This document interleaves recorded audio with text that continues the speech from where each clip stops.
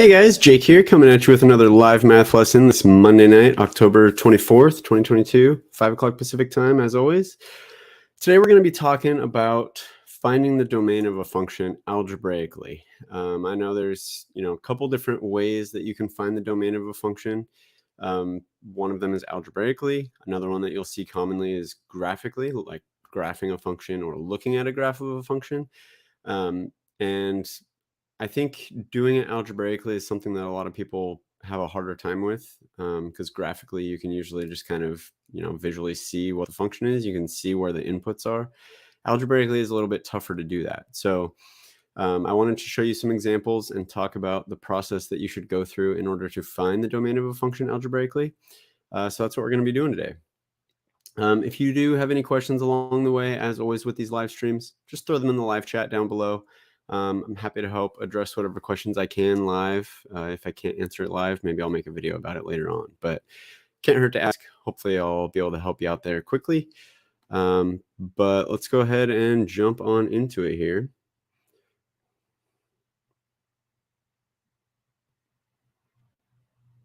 So before we get into the examples, I do want to just kind of take a minute to just kind of talk about the main things you want to be thinking about as you're trying to find the domain of a function algebraically.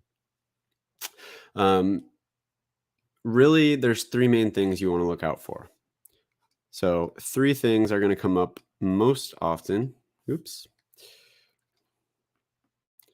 And you want to make sure that whatever function you're dealing with, these three things are avoided, basically. So the way I like to think of finding the domain of a function is start with the domain being all real numbers. Start with basically being able to plug in any number into your function that you have. What you want to, or the process you want to go through, is then going to be eliminating intervals from that. And whatever you're left with at the end is the domain of your function. So in other words, think about the whole number line, all real numbers. Any x value can be plugged into your function. We want to think about what x values that we would plug into our function that would cause us to break the rules of math. In other words, well, not in other words, but basically the way to do that is to look for three main things. The first one is you can never divide by 0. So you can't, no dividing by 0. So this is true always, right? Not just looking for the domain of a function or functions in general. This is just true in math in general. You cannot divide by 0. It's not a thing that you can do. A lot of people think that if you divide, for example, like 7 divided by 0, that's 0. That's not true. You cannot divide by 0. 7 divided by 0 is nothing. It does not exist. It's not a thing that you get. Therefore, if you're thinking about the domain of a function, if there's any x value that causes you to divide by 0, or in other words, wherever the denominator or the bottom of a fraction in your function is 0, that number cannot be plugged into your function, which means it should be eliminated from the domain. It's not a part of the domain. Okay, another very common thing that comes up is taking the square root, or any even root for that matter, square root, fourth root, sixth root of a negative number. So no even roots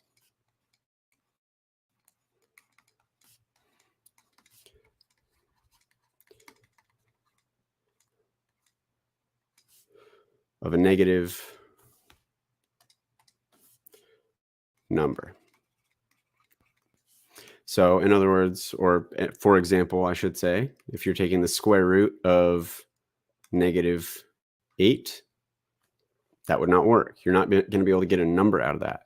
I know that that's why imaginary numbers were invented, but you don't want to consider something that's giving you an imaginary number as an output to be a part of the domain of a function. So you need to make sure you're getting real actual outputs out of your function for whatever numbers you're plugging into your function. So if you're ever taking the even root of a negative number, the input that got you to that point should not be included in your domain.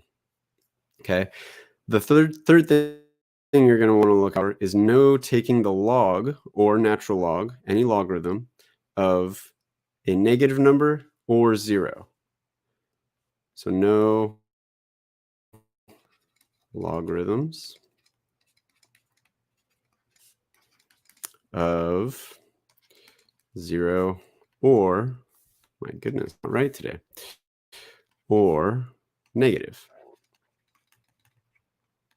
So if you ever have a log or a natural log in your function, it has to be a positive number. So you can't take the log of 0, you can't take the log of -2, or any other negative number. These do not exist. So this does not equal anything.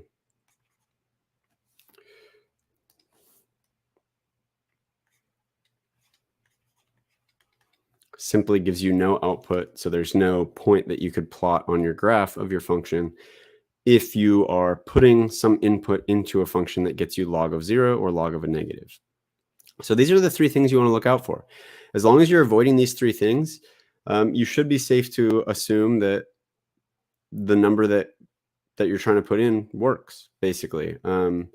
If you don't have any fractions in your function, or if you don't have any even roots in your function, or if you don't have any logarithms in your function, the domain is probably going to be all real numbers. So these 3 things are going to account for 99% of the things that are going to cause domain restrictions within a function that you typically run into in any sort of calculus or pre-calculus class. I don't ever like to say that it's going to account for 100%. There's definitely going to be other weird functions out there that, there might be some sort of input that's undefined. But if you make sure to avoid these 3 things in any pre-calc or calculus class, you're going to be able to kind of account for all the domain issues or chunks of a domain that you should remove from all real numbers. So once you figure out what inputs would cause one of these 3 things to happen, you just eliminate that from your domain. Whatever's left over should be your domain of the function. So that's pretty much all there is to look out for as far as the process goes. So now I want to get into a few different examples so I can show you how to access this knowledge. If you are getting some value out of this video, do me a favor and hit that like button, that thumbs up button down below. That's a huge help to my channel so we can keep growing the Jake's Math Lessons community and learning calc and pre-calc and math in general together. All right, so let's go ahead and do this example. We want to find the domain of this function. Our function is f of x equals the 4th root, so we have an even root here, of x squared plus 3x. Okay, so like I said, the 3 things we want to look out for: no dividing by 0, no taking the even root of a negative number, no taking a logarithm of a negative, or 0. In this case, we do not have any fractions, so there's never going to be a point where we're dividing by 0 because we're not dividing by anything at all in this function. There's no logarithms, so we don't have to worry about taking the log or natural log of a negative number or 0, so that's not going to cause us any issues. But we do have an even root. We have a 4th root here. So what we need to keep in mind is whatever we're taking the 4th root of, we can't take an even root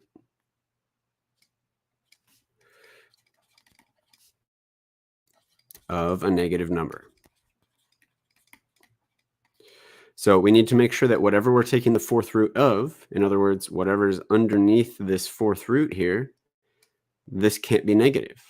Well, how do you actually represent that algebraically? All you have to do is say whatever the thing is that has a restriction on it. In this case, we need to make sure x squared plus 3x has a specific value. We would just be able to say x squared plus 3x has to be greater than, or I'm sorry, is this the right?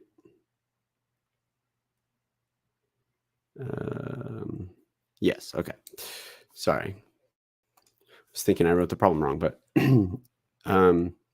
okay, so we need to make sure basically that whatever is under the square root here has to be 0 or positive, which means it has to be greater than or equal to 0.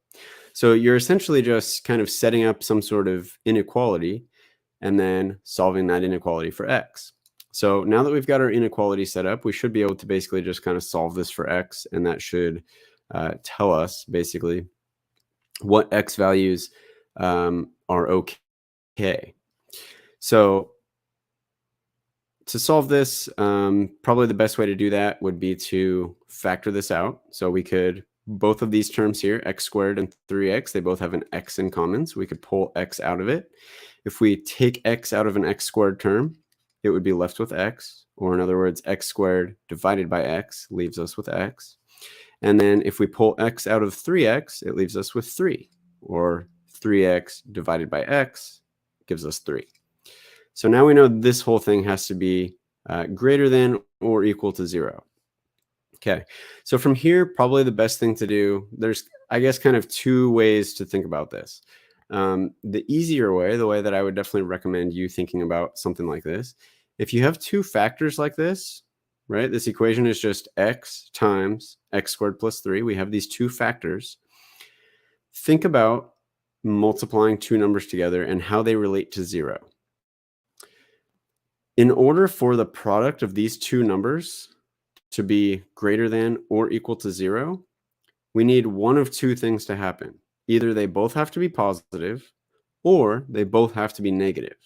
If they're both negative, we would get a negative number times a negative number, which is a positive. If they're both positive, we would get a positive number times a positive number, which is also positive. If one of them is negative and one of them is positive, then they're going to multiply into a negative number, which is less than 0. So it is also okay for this whole thing to equal 0. So if either of these factors equals 0, that's also okay, but we'll deal with that in a second. So let's just think about what are the cases where we end up with basically both of these factors being negative or both of them being positive. So in order for both of them to be negative, we would need x to be less than 0, and we would need x plus 3 to be less than 0. In order for both of them to be positive, we would need x to be greater than 0 and x plus 3 to be greater than 0. Okay, so now kind of solving these other inequalities, these simpler inequalities, x less than 0 already works. That's already solved for. We already know x is less than 0. For this one, we would just have to subtract 3 from both sides, giving us x less than negative 3. Okay, so basically we would need both of these inequalities to be true. This one, x being less than 0, doesn't really add any new information, because if x is less than negative 3, it would also be less than 0, right? Like negative 4, for example, it is less than negative 3. Obviously, it's also less than 0.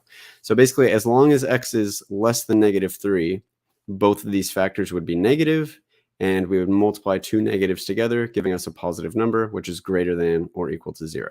So this one doesn't really tell us anything new. As long as we maintain x being less than negative 3, we should be good. Okay, over here, x being greater than 0 is already solved for. This one, we could subtract 3 from both sides, giving us x has to be greater than negative 3. Okay, and now over here, it's kind of the opposite situation. Both of these inequalities here to be true. If x is greater than 0, it's obviously going to be greater than negative 3. Like 1, for example, is greater than 0. It's definitely greater than negative 3.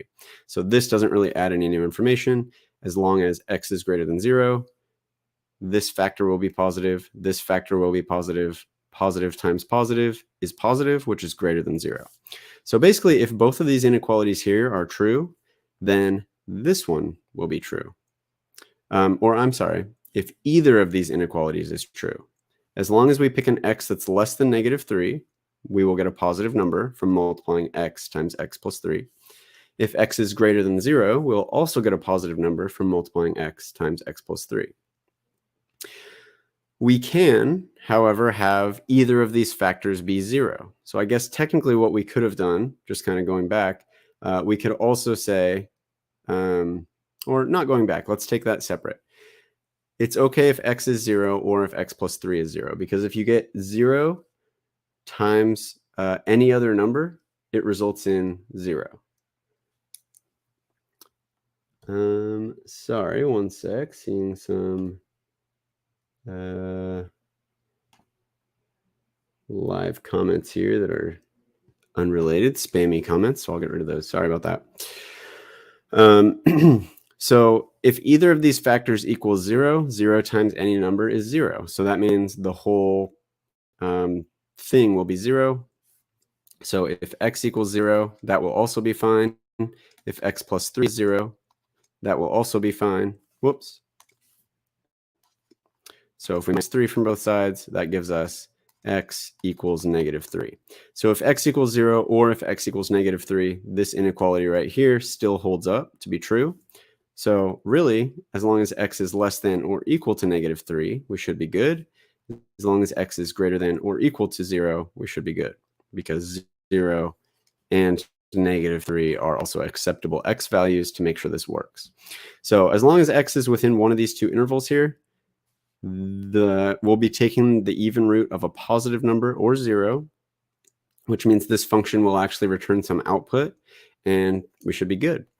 So basically, that tells us these two intervals. So there's a couple different ways that you can write the answer of one of these problems, the domain of a function. If it specifically asks you to write it in interval notation, we will have to do that. So what this notation here is, the domain of our function x greater than or equal to 0 or x less than or equal to -3. This is another way that you can write the domain of our function. If we need it in interval notation, though, there's another way to just kind of reframe this. Basically, if x is greater than or equal to 0, we would say x, or we would say a square bracket 0 to infinity with a round parenthesis. So what this interval notation is saying is any x value between 0 and infinity, or in other words, any x value bigger than 0 is going to be good, is going to be included in our domain. The fact that we have a square bracket right here, that tells us that this endpoint is included in our domain. So since it's greater than or equal to 0, we need a square bracket here. If we just had x greater than 0, this would need to be a round parenthesis instead of a square bracket. So the square bracket is for equal to, the round parenthesis is for just less than or greater than.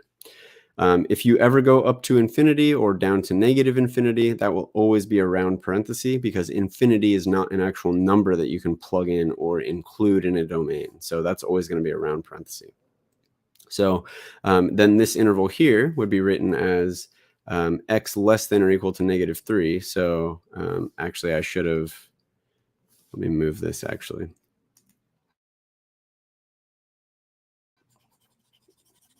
You typically want to write it from the smallest x number up to the biggest. So 0, infinity. And then this other one down here is going to be from -infinity up to -3, with -3 a square bracket, because -3 is okay. The -infinity will be a round parenthesis. And then what we want to do is put like a capital U. It's called a union sign. Basically, the domain of our function is going to be the union of these two intervals. So in other words, any x value within this interval or this interval will be included in our domain. So this would be kind of the final answer for this one. All right, so if you are getting some value out of this video so far, do me a huge favor, hit that like button, thumbs up down below. Really a huge help to me and my channel, so I can keep doing this, keep making more videos like this, and we can keep crushing it all term long. I'm not seeing any questions in the live chat, so let's keep on rolling on to the next problem here. So again, first thing you want to do is think about the three main limiting factors of the domain of a function. We can never divide by 0. In this case, we actually have a fraction, so we know that we need to be careful about that. We can't divide by 0. No dividing by 0. So we have a fraction. We need to make sure that this denominator is not 0, because if the bottom of your fraction is 0, that means you're dividing by 0 at some point. So whatever x value would make that happen is going to cause a problem, and that should be eliminated from our domain. Okay. Other things you want to look out for: you cannot take the square root or an even root of a negative number.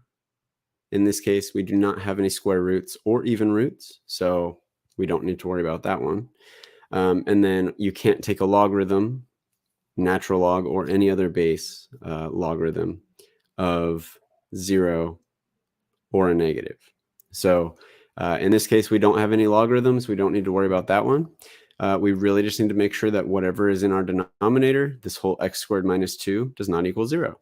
So we can set up an inequality equation. It's not going to be a greater than or less than inequality. It's going to be one that just says x squared minus 2x cannot equal 0.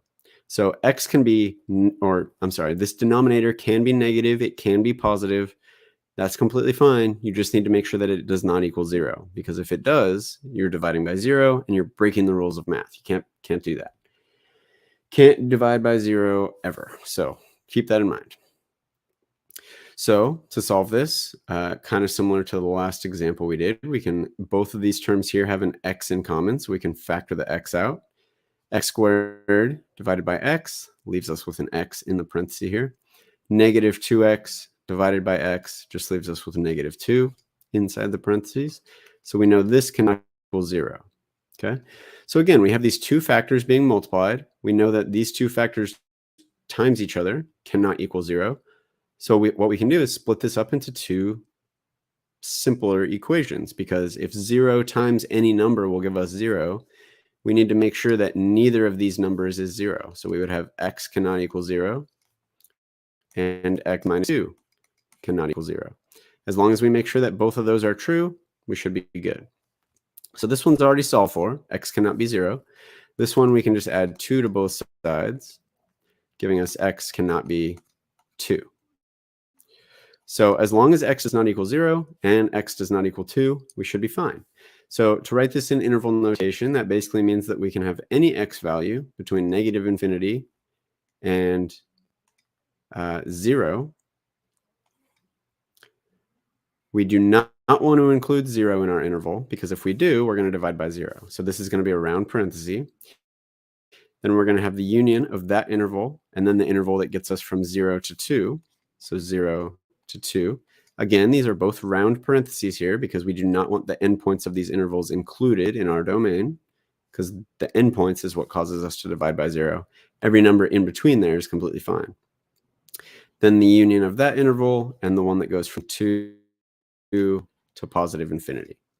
So this kind of three-segment domain, these three intervals, the union of those three intervals is going to be the domain of this function, because 0, x equals 0. So the one little number basically that's between these two intervals and the one little number that's between these two intervals are the only two x values that cause us to break the rules of math when we plug them into this function. Therefore, they need to be removed or left out of our domain.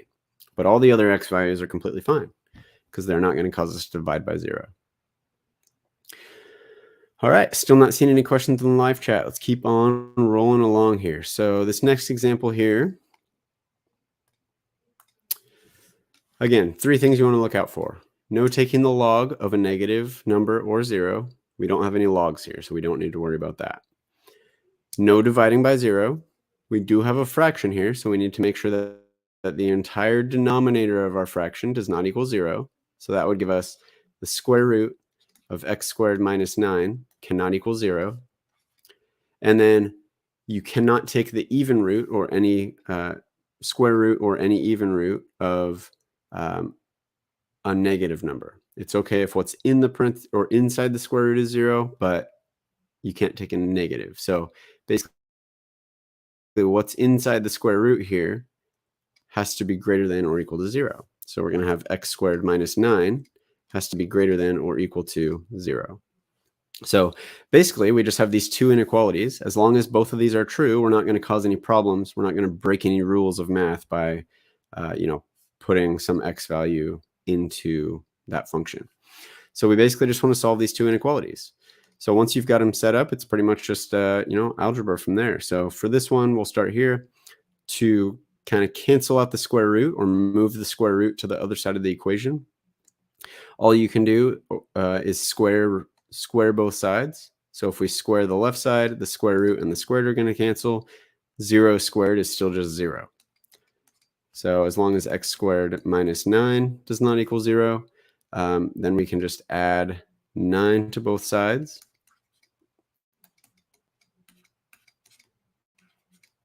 And then we can take the positive and negative square root of both sides of our equation. Always keep that in mind. If you ever have something squared and that something is what you're trying to solve for, when you take the square root of both sides of your equation to move that over to the other side, you always need to take the positive and the negative square root. If you only take the positive square root, you're going to be missing some solutions. So always be careful about that. Okay, so we're going to have x cannot equal the positive or negative square root of 9. The square root of 9 is 3. So we're going to have cannot be positive or negative 3. So another way to think of this is x cannot equal negative 3 or positive 3. As long as your x value is not one of those two numbers, we're not going to end up taking, or we're not going to end up dividing by 0. So we should be good. Okay. So now let's move over to our other inequality here. We need to make sure that x squared minus 9 is greater than or equal to 0, because if it's not, we're going to be taking the square root of a negative, which again breaks the rules of math. Can't do it. So what we can do once we've set up our inequality is basically just solve this like any equation. Basically, you're just trying to get x all by itself. So we'll add 9 sides. X squared has to be greater than or equal to 9. And then again, take the positive and negative square root of both sides of our equation. That cancels that. You're going to get x greater than or equal to, actually, I'm sorry, hold on a second. It's a little bit more tricky than that with inequalities. Let me go back, sorry. Okay. So I was wrong. You can't solve it just like an equation. Inequalities do make certain operations a little bit different. A lot of them are the same, like for example, adding 9 over to the other side of the equation. Nothing's different with an inequality. However, dividing by a negative number or taking the square root can potentially do some things that are a little bit different. So what you want to think about here, we need to make sure that x squared is greater than or equal to 9. So just to kind of throw out some examples, thinking about what x values will actually work in that sort of a thing, or I guess how x squared would behave depending on what x values you're putting in. Think about what happens when you square a negative number. A negative number squared gives you a positive number, right? If we were to take, for example, negative 2 squared, that's positive 4. The negative basically kind of falls off, right? So what we can do is kind of think of this as like two different problems, kind of. What we want to do, instead of just thinking of x squared being greater than or equal to 9, we want to kind of split this into two different problems. We want to make sure that either x squared is greater than or equal to positive 9, or we also can have negative x squared being less than or equal to negative 9. So I know this seems kind of weird, or actually, hold on a second. Not exactly like that. We want to do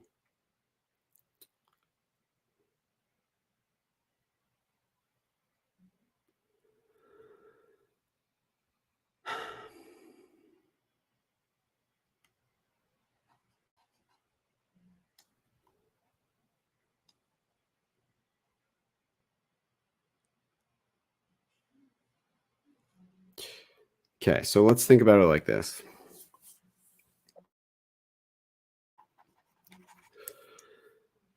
Instead of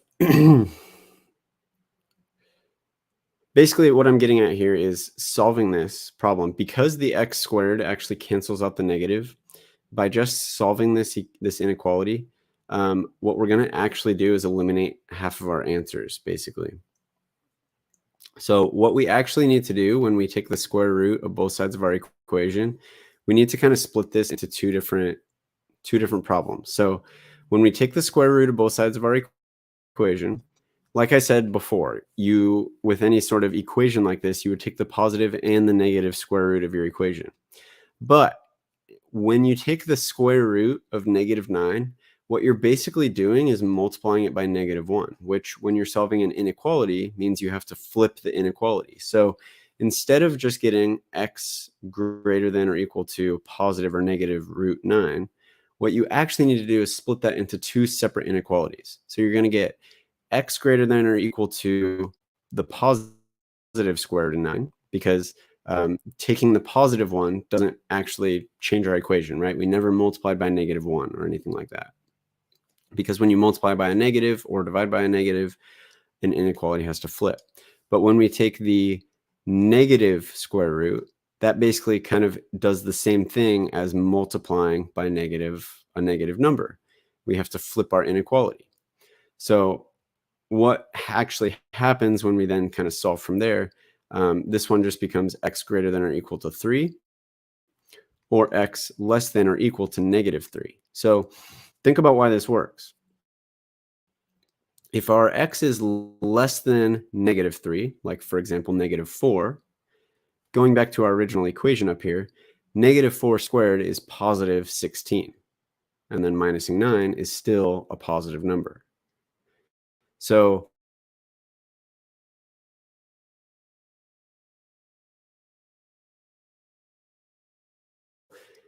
what we kind of have to do is account for the fact that as long as x is far enough away from 0, us with a big, essentially we need to make sure that all three of these things are true.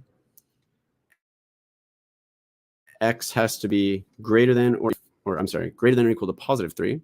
X has to be less than or equal to -3, and x cannot equal -3 or positive 3. So combining this with these two things, that basically just tells us that x has to be greater than 3, because we found out over here x actually can't be -3 or positive 3, even though based on these intervals over here it could be. So we need to make sure to eliminate 3 and -3 as well. So that just leaves us with x greater than 3 and x less than -3. So these are going to be the two intervals that we actually want to include in our domain. So now we can just write this in interval notation. We're going to go from -infinity to -3, and then we're going to go from +3 to infinity, and we're going to take the union of those two intervals. So this is going to be the domain of our function f of x. All right, still not seeing any questions in the live chat. If this is all making sense so far, do me a favor and drop a comment below. Makes sense so far. That way I know you're following along and we can keep it rolling here. Okay, so again, going back to those three things you want to think about. You can't divide by 0. You can't take the square root or an even root of a negative number. In this case, we don't have any dividing. We don't have any fractions. We also don't have any square or any other even roots. So the only one we need to worry about is we can't, no logarithms